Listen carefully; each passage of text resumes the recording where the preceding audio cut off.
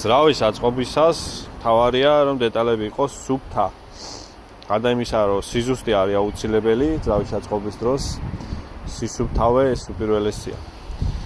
პირველადი გარეგანი რეცხვა ხდება ხოლმე უმეტესწილად ბენზინის საშუალებით და ესეთი პისტოლეტით. შეიძლება ვინმეს კერხერიც აქვს და კერხერით აკეთებს ამას, მაგრამ ასე უფრო დეტალურია და უფრო კარგად მისადგომი არის ესეთი პატარა პისტოლეტით.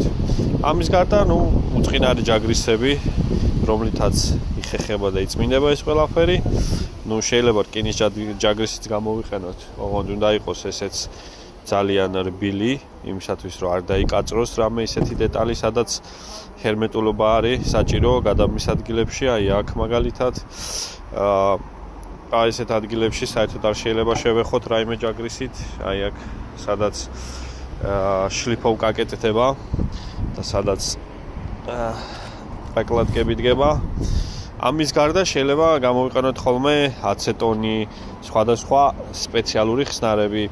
არ არის რეკომენდებული ქლორიანი ხსნარების გამოყენება, იმიტომ რომ ახლა ეს ვიღაცის გარეცხილია უკვე მეორეჯერ იწყობა ეს ძრავი.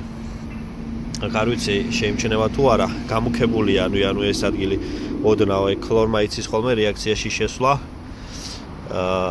ალუმინთან და ამუქებს რა და არ არის კარგი. ზოგადად არც რეზინებისთვის და არაფრისთვის. არის სპეციალური ხსნარები, მაგალითად აი ესეთი რაღაცა, რომლითაც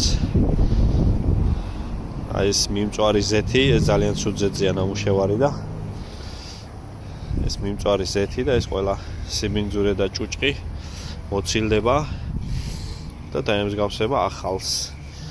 ბოლოს უკვე ისევ ბენზინით გადავავლებთ, გავაპრიალებთ და გავამშრალებთ ისე რომ არანაირი სისველი, არანაირი ცხიმოვანი რაიმე არ შერჩება და სამუშაოდ უკვე იქნება იდეალური.